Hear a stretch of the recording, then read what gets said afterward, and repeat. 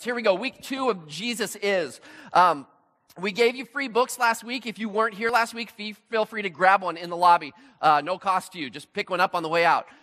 The other group of you that I would recommend grabbing a book, I know last week I said just take one per family. If sharing a book has become challenging for the two of you, please, by all means, grab another book, all right? Take one on your way out.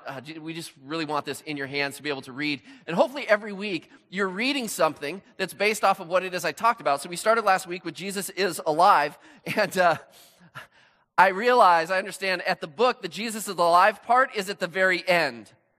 That was really challenging for some of you, huh? Where I asked you to read the introduction and the end of the book, and some of you read the whole book because you've never read just the end of a book ever. And so I apologize for that. But in my thinking, it was this, it was Easter, right? You got to talk about Jesus is alive because the rest of the book doesn't matter if he's not alive. That was just my thinking. So we're back on track this week, though. For some of you that struggle with just reading the end, listen, every week from here on out, it's in order, okay? So start at the beginning there, and it'll be this week. Ready? Jesus is your friend. And that's what we're going to talk about this week. Jesus is your friend. And when I first read that, as it kind of rolls off my lips, it feels weird for me. And I don't know quite how to explain it, but it feels kind of awkward. When I say Jesus is my friend, it kind of feels like that. You've seen that t-shirt that says, Jesus is my homeboy? Some of you haven't. We look at different websites, okay? It feels a little too familiar, right? Or too, I'm going to say it this way. It feels almost irreverent, right? It's the Son of God. It's like Jesus is God, and for me to call him my friend seems maybe a little presumptuous, a little awkward, until I realized this.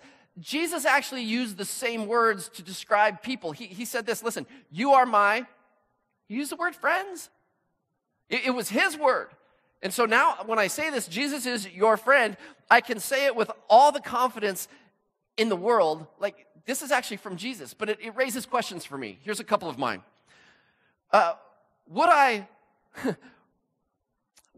know any of Jesus' friends? Well, let me say it this way. Honest confession, I was curious if Jesus was on Facebook. So I looked him up this morning. He has multiple Facebook pages. Did you know this? And what I really was curious about was, how many friends does he have? I looked for that button, I couldn't find it. And for those of you that know me in technology, you're not surprised I couldn't find that button. I did find the like button though. One of his pages, he has 5 million likes. It was impressive. But I was looking for his friend group because I was curious, would I know anyone there? I was curious too, would I like anyone in that list? Were any of the people that I'm friends with him? And I was kind of curious too, am I on that list? Am I a friend of Jesus?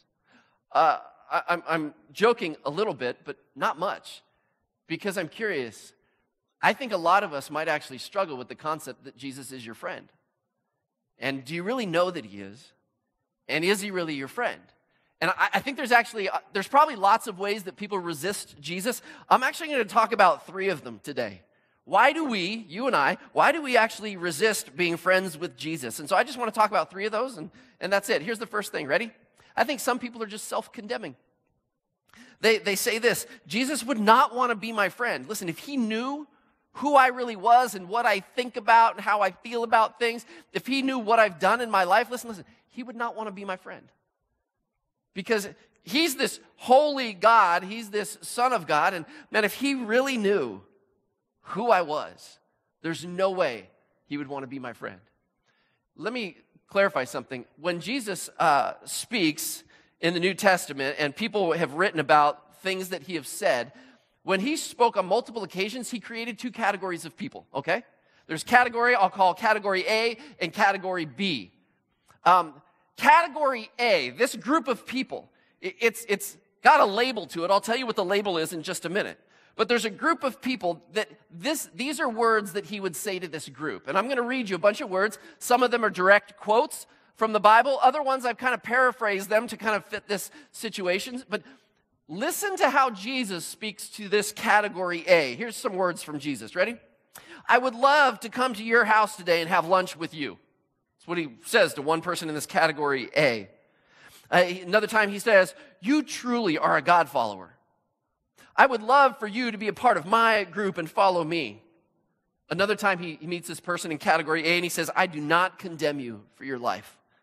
Another time he says, I would like to offer you something. Let's call it living water so that you could have a fresh life.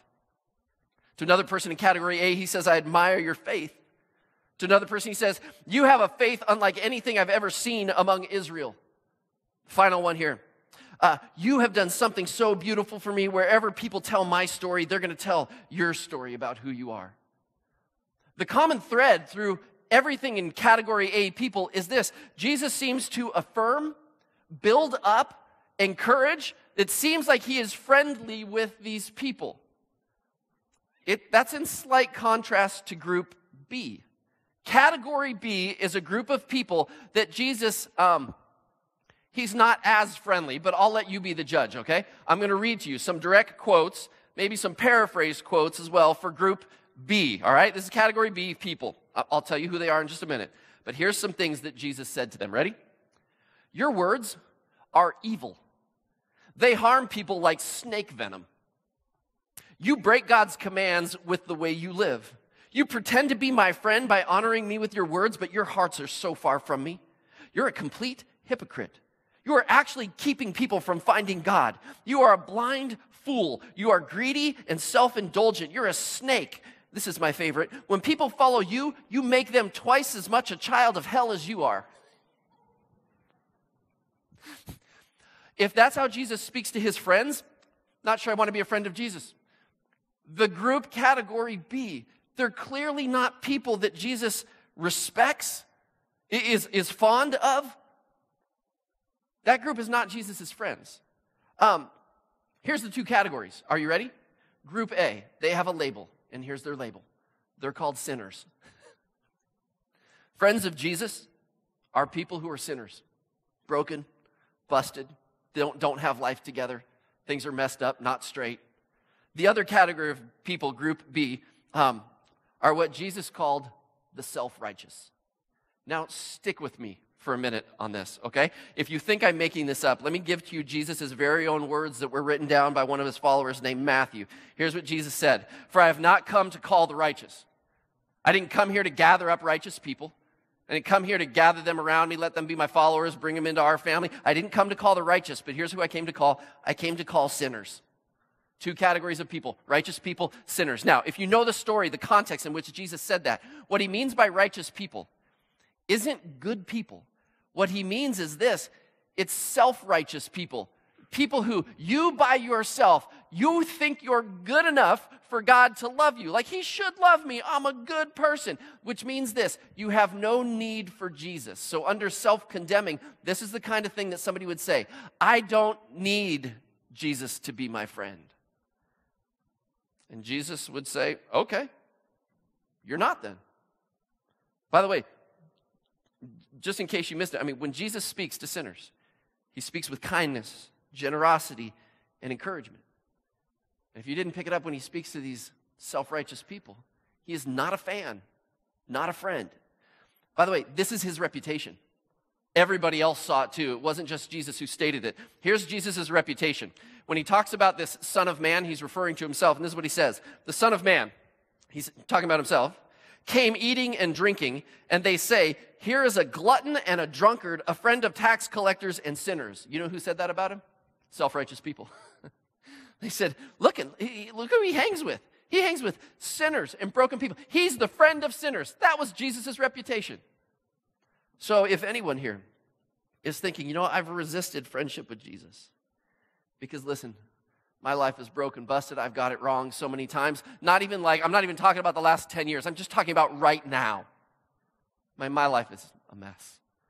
Well, then you're a great candidate to be a friend of Jesus. Let me tell you a story about somebody who realized that. It's actually in the book of Luke, chapter 19. If you have a Bible, feel free to open up there. If you don't want to follow along in the Bible, that's totally fine. Just this will be easy to hear and follow. Luke 19, verse 1. You may have heard this story. It's a pretty well-known Bible story. It's about this guy who was very short in stature, and his name is Zacchaeus. And here's his story. Luke 19, 1. Jesus entered Jericho and was passing through. A man was there by the name of Zacchaeus. He was a chief tax collector and was wealthy. Both of those things matter, that he was a chief tax collector and was wealthy. Here's what we have to understand. When we're reading the Bible, it's not written for us today. I mean, it is, but it was written originally for an audience in the first century. And when they read tax collector, the audience all would go, boo. Did anybody just write a check for their taxes this last week? Okay. You don't understand a tax collector, all right? Because we automatically think IRS agent. That's not what they meant in the first century. Most of us, we don't even know an IRS agent. I don't. Maybe you do. Maybe you are one. Welcome. I'm digging my hole anyways. The only reason you just don't like an IRS agent, probably you don't even know one, the only reason you might not like them is because you just wrote a check and you're like, government, they just want my money. Like, I get it, right? None of us, how many of us wrote a check and we're like, oh, that was awesome. I just love the government. No, I mean, no one does. So when we read this, we think IRS agent, and we don't understand what a chief tax collector is. Zacchaeus. He's a Jewish man that betrayed his country, betrayed his brothers and sisters. What I mean by that is the Roman government is in charge. And he stands as the go-between between the government and his people. The fact that he was a chief tax collector and was wealthy meant this. The Roman government charges this much on taxes for a person, and Zacchaeus charges this much and keeps everything off the top. And he's doing it in the name of the Roman government. The Jews didn't want the Roman government there. They knew that they were cheaters. They knew that they were taking advantage of them. And this guy, Zacchaeus, for a buck, is cheating and betraying his country and his people. And he was getting rich off of it. Not only that, he's not just a tax collector, but what is he? A chief tax collector. He's the chief scumbag. In the book, Judah Smith mentions this guy, and he calls him the pimp of tax collectors. You get the idea. And so in the first century, when this story was told, clearly this guy's just a dirtbag. And this is how he responds to this moment. He wanted to see who Jesus was. You kind of wonder why. Like, this guy's a big roller. He's rolling in the money. He's not hanging with the religious crowd. The religious crowd wanted nothing to do with him. And so he's kind of rolling with the big dogs in the government, going to those kind of parties, and he hears Jesus is coming. Jesus has this popular reputation. He's got a crowd around him. Zacchaeus is like, hey, I got my own crowd. Let me check out this crowd. So kind of two popular people in town. He wanted to see who Jesus was. Because he was short, though, he could not see over the crowd. It was a great moment. Could you see this short guy? Some of you can relate. Where you start kind of trying to push your way through the crowd, and as soon as like the guy pushes on you, you turn around and it's Zacchaeus. And you're like, ain't no way the short guy is getting up front. Like, there's no way the crowd's going to favor him. He wanted to see who Jesus was. He couldn't see over the crowd, verse 4. So he ran ahead. He climbed a sycamore fig tree to see him, since Jesus was coming that way. And when Jesus reached the spot, he looked up and he said to Zacchaeus, like, think about this. They're in a parade. There's a lot going on at this moment. He stops and looks at Zacchaeus and says, come down immediately. I must stay at your house today. So he came down at once, welcomed him gladly. All the people saw this and began to mutter, he has gone to be the guest of a sinner. That's Jesus' reputation in town. That Jesus. I know he's supposed to be this Jewish teacher, this rabbi, such to be this good Jew, yet the crowd he hangs with is not like him at all. He hangs with sinners. We're not really sure what Jesus said to him that day, but something happened in Zacchaeus' life. Listen, look at the next verse, verse 8. This is what happened to Zacchaeus. But Zacchaeus stood up and said to the Lord, look, Lord, here and now, I give half of my possessions to the poor, and if I've cheated anybody out of anything, I will pay back 4 times the amount.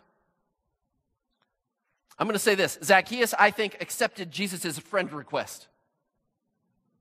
And I think what he's saying is, Jesus, if we're going to be friends, I want to change my life. Not I got to change my life. I have to change my life. You're demanding me to change my life. You're going to take me kicking and screaming into a new life. He's saying, I want to change my life. You didn't tell me to give back money, apparently. I mean, it doesn't sound like Jesus had to coerce him or manipulate him into it. He's just saying, I know that if you and I are going to be friends, I want to change my life. If we're going to be friends, I want to do life like you do life. Jesus, if we're going to be friends, I want to show the same kind of kindness, love, and compassion that you actually just showed me. Because people who are like you, religious people, they've never treated me like that. I think it's interesting that Jesus' reputation was a friend of sinners, and it just makes me ask the question, is that my reputation? Is that the reputation that Christians have today? Yeah, those Christians, man, they have a lot of sinful friends. I don't know about you, but I don't think I have that reputation. And I don't think a lot of Christians in this valley have that reputation. It's probably something we can grow at. So let's just end church, and may you all be blessed by God and go hang with sinners. Doesn't seem the place to end our service, right? But that's Jesus' reputation. Zacchaeus gives back all that he's stolen, even more than that. I'm curious, like, what did Jesus say to him? I mean, did they share a turkey sandwich? And be like, hey, Zacchaeus, let me tell you something. And we don't know what he said. You know why? I'm not sure about this, but I have a guess. If I knew what Jesus has said to him, you know what I would do? I'm a pastor, right? I want to help people find friendship with Jesus. And if this is how Jesus did to turn a guy who was so far from God to a friend of Jesus, man, if I knew what he said, you know what I would do? I'd just copy his words. I'd create a religious formula where I could go to somebody who feels far from God and say, you know what, let me just tell you something. And I would tell him and expect Zacchaeus results. Creating spiritual formulas like that just doesn't work. People are in different places, and I don't think God ever gives us that. All we know is this, is that Jesus' friendship and presence with him was offered to him, and Zacchaeus has this unbelievable response. Here's what Jesus says about Zacchaeus in verse 9.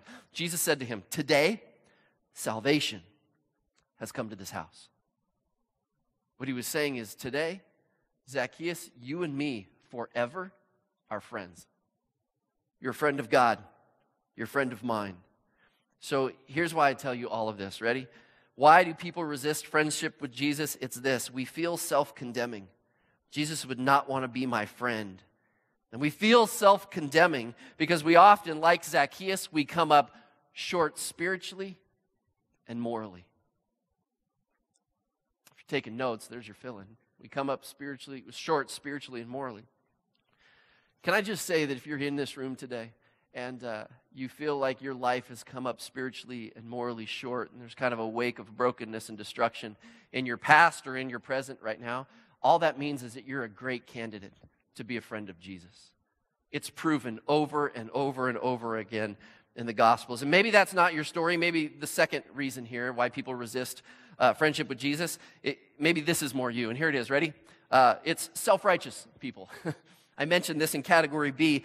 Self-righteous people say something like this: I don't need Jesus to be my friend.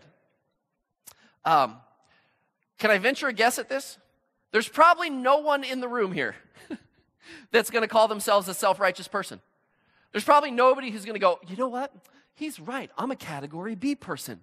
That's who I am. Now, in the first century, these people had a title. They were called Pharisees or teachers of the law. And there were people who were super spiritual. So much so that they had a list of rules. And actually, in the first century, these Pharisees had a list of 464 rules that they had to follow so that their lives would be holy.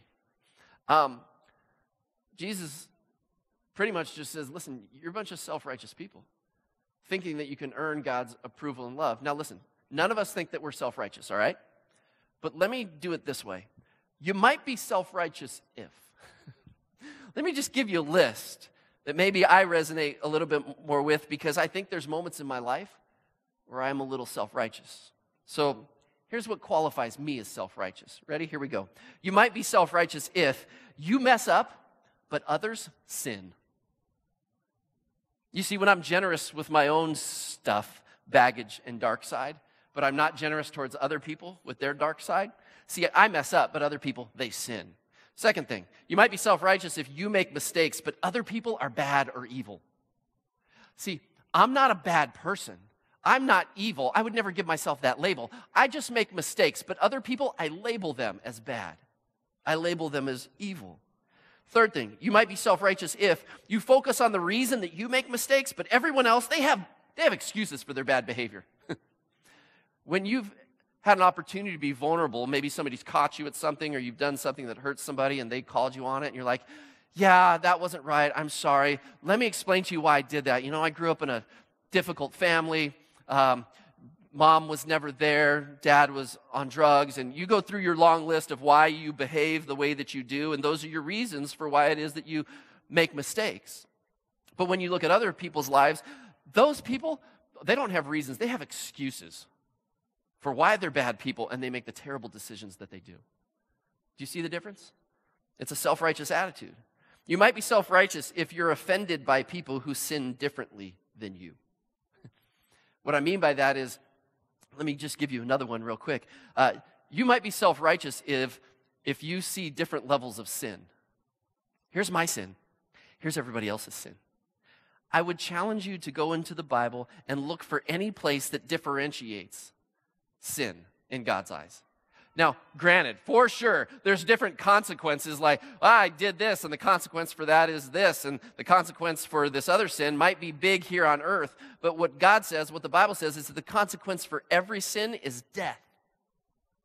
Because it makes us what the Bible calls unholy. And God can't let unholiness into heaven, because then we just get earth in all of its brokenness all over again. And God's going to fix all that and make it right. That's why heaven will be a perfect place. But sometimes when we see different levels of sin, it's easy for us to feel better about ourselves and look down on those people who sin really big. Really what you're saying is they just sin differently than I do. Therefore, I'm self-righteous about my own sin. Let me move on. You might be self-righteous if you flaunt your good deeds and hide your dark side. Last thing here. You might be self-righteous if you see others' mistakes and you feel outrage or pity. Have you ever looked at somebody's bad decision? I mean, morally they just did something and everybody knew that it was bad. They couldn't hide it. It was just kind of out there. And it either made you mad. How could they do that to their spouse? How could they do that to their kids? How could they do that to our company? And you were mad. Or maybe they did something and you had the opposite response. Oh my God, look at their life. They've just destroyed everything. They're so bad. You had pity on them. And it sounds almost holy, doesn't it? Can I just tell you both? Being outraged at someone and feeling pity for someone comes from the same place of self-righteousness. Because when you're outraged at someone, you're like, oh, I feel sickened by that because they're so much worse than you. But when you look down at someone with pity, you're doing the same thing. That their sin is so much greater than yours because you see sin at different levels. And God just doesn't. Here's the very last thing. You might be self-righteous if humility and compassion are replaced by judgmentalism. Humility and compassion are replaced by judgmentalism. Let me say this very clearly. Judgmentalism is different than judgment. The scriptures call us to judge accurately. Like there's things that are good and there's things that are bad. Know the difference between those things that honor God and don't honor God. That's called judgment, and we're supposed to have that. What God doesn't want us to have is judgmentalism, which is looking down on people or responding angrily to people who sin differently than us. There's a quote in that Jesus Is book. I liked it so much, I just want to read it to you. Judah Smith writes this: "We swing from the self-righteous side of the pendulum, which means that filthy sinner deserves to go to hell, to the self-condemning side, which means I'm a filthy sinner who deserves to go to hell.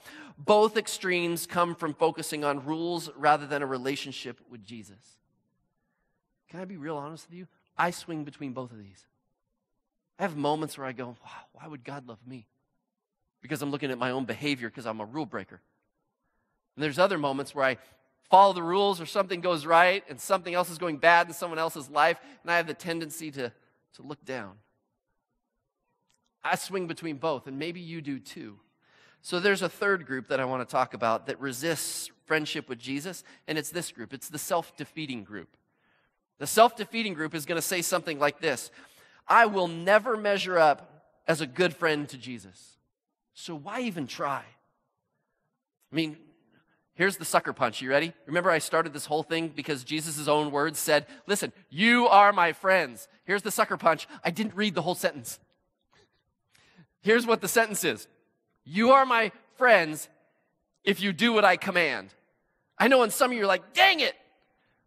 I knew there was a qualifier. I knew that there was like a catch to the story. Like, oh, great. If I'm going to be a friend of Jesus, then I have to do everything he commands. And you resist friendship with him because you know the implications of becoming a friend like Jesus. You're afraid that if you're going to be a friend of Jesus, you're going to act or have to act like all those other Christians out there. And it terrifies you. You're thinking, oh my gosh, that sounds like the boringest life possible. If you're in your 20s and you're considering following Christ, I'm betting you've had this thought before. Let me tell you exactly the context of this story when Jesus is talking to his disciples in John 15, and he says, you are my friends if you do what I command. Do you know what his commands are right there? His commands are this. In John 15, he says this. My command is this, that you love one another. And he says it in verse 12. And then in verse 14, he says, you're my friends if you do what I command. And then in verse 17, as he starts it and he closes it, he makes this statement again. My command is this, that you love each other. The command is just simply that you would love one another. What he's saying is this, hey, if we're going to be friends and I'm going to love you with grace and I'm going to love you with mercy, here's what I want for you. That you would, in fact, love one another with that same kind of grace and mercy. That's the commands that he wants you to obey. Now, the problem that we think about Jesus is this, we just don't think he's good. We think he's going to lead us to a boring life, a hard life, a difficult life, a life that we're never going to measure up to. Well, some of that's true. We're never going to perfectly get it right all the time. You know why Jesus loved you? Because of his grace and mercy, not because of how lovable you are. Some of you are really lovable. And then there's the rest of us. You know why Jesus loves me? Some of you who know me, it's not because I'm really lovable. He loves me because of his grace and his mercy.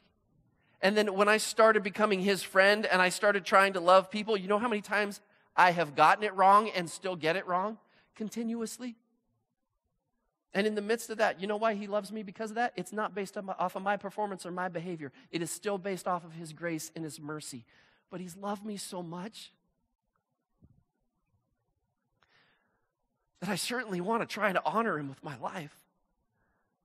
I really believe that the best life for me is one where I start loving people in a way that he loved me. Because there's meaning and there's purpose in that. Because people might actually find God in the midst of that. They might look at me and go, what's different? What's that thing that drives you in your life? And I can tell them, there's a God that found me messed up, broken, and sinful, and he's put my life back together again. And that's why I'm here. That's the life I think that you and I, that we all long for. Let me finish with this. In this book, Jesus Is, Judah Smith gives us 4 stages of what friendship with Jesus looks like. I thought it was really insightful. I want to show it to you, and I want to add a 5th stage because I think there's one more. Here's what it is. It's in your notes right there. This is 5 stages to friendship with Jesus. The first is this, and you don't want to be here, self-righteous, okay? It's this. Someone who says, I'm a good person, and I am justified in criticizing bad people. No one says that out loud about themselves, but they live like that. This is what they practice. At some point, though, maybe they realize, I should be nicer to people. I should be compassionate. And they move to stage 2. Here's stage 2, which is not ideal either. Stage 2 is this. I'm a well-intended, self-righteous person. What this person would say is, I'm a good person, but I should really show compassion to bad people. Hey, that's movement, right? There's progress from 1 to 2, but we certainly don't want to plant ourselves there. So here's stage 3. They come to grips with the fact that their sin is as bad as everybody else's sin, and they realize that category 3 is this, I'm broken. And they would say this, I am a sinner who needs just as much help as the next guy. That's a great place to be. That's actually a place of salvation.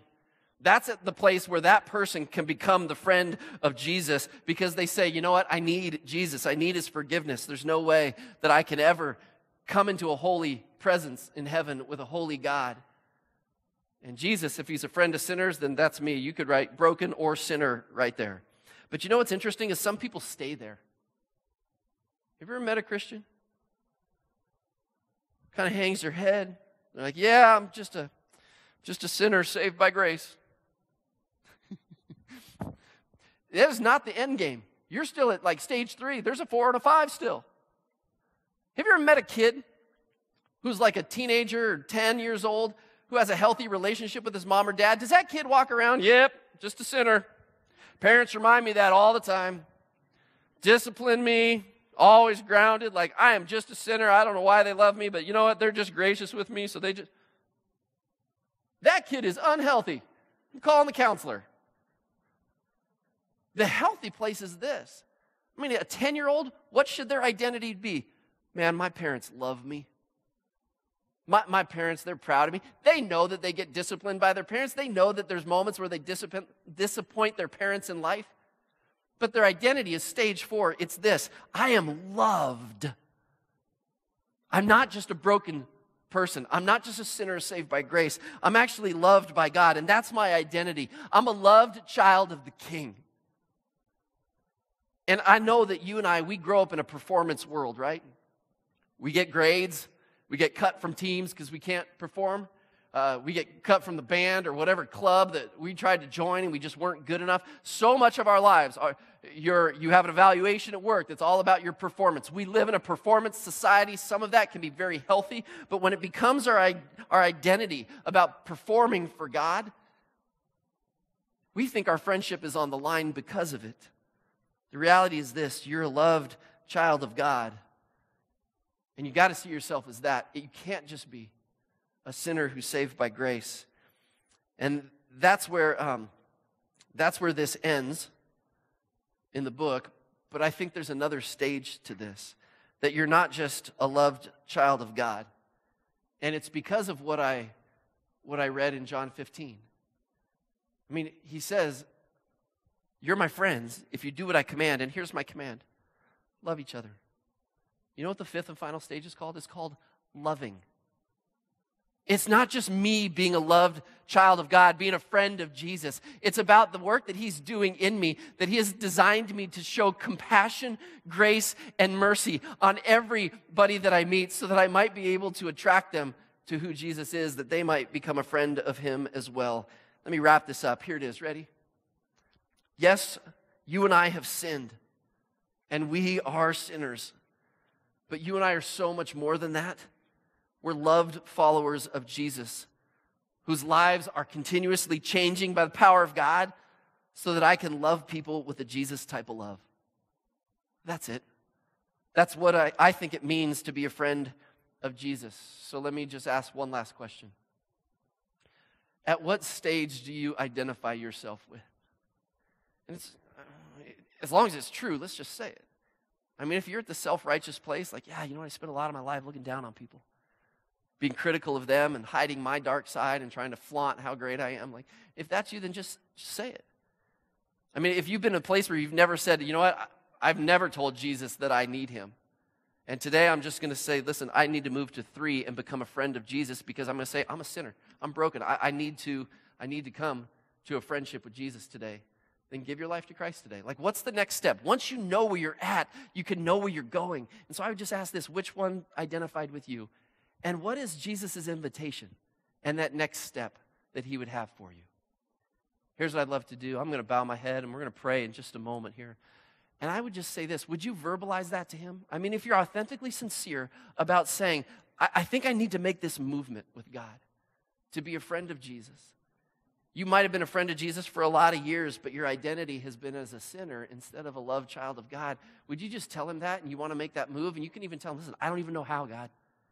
I've identified my life with brokenness for so long. I don't even know how to do it differently. Tell him that. He'll help you figure it out. And maybe for some of you, you know you're a loved child of God, but you struggle to love people well. Tell him that. I'm going to create space for you to have a conversation with God right now. You don't even have to listen to my prayer, but I want to talk to God as well about our church, that God would kind of be in this moment with you. So let's bow our heads. Let's pray for just a moment. God, I would ask that you would help us in this moment right here, right now, that we would be able to verbalize what it is we sense that you're inviting us to. That if it's the first time moment that we're going to say, yes, God, I commit my life to you. I want to be a friend of Jesus. If that's it, then God, help them to verbalize that right now. God, for some of us, we've been journeying with you for a long time, and yet you're still changing us because we resist you. God, I just admit that I have moments of great self-righteousness. I also have moments of great sinfulness. I swing between those camps, but I just know this, that because your great love for me, your grace and your mercy covers me, and I am forever in your family. There's no way that you unadopt your kids. And so, God, I pray that there'd be a certainty and a confidence for people in this room that once you and they are connected and you are friends, that they would realize that there's nothing that can separate them from you. God, we're forever friends. And I thank you for that confidence and that certainty. And I pray that those that need it today, that they would have that confidence and certainty in their friendship with you. God, thanks so much for your grace and how you're changing us. And if you agree with that and you believe that, would you say amen?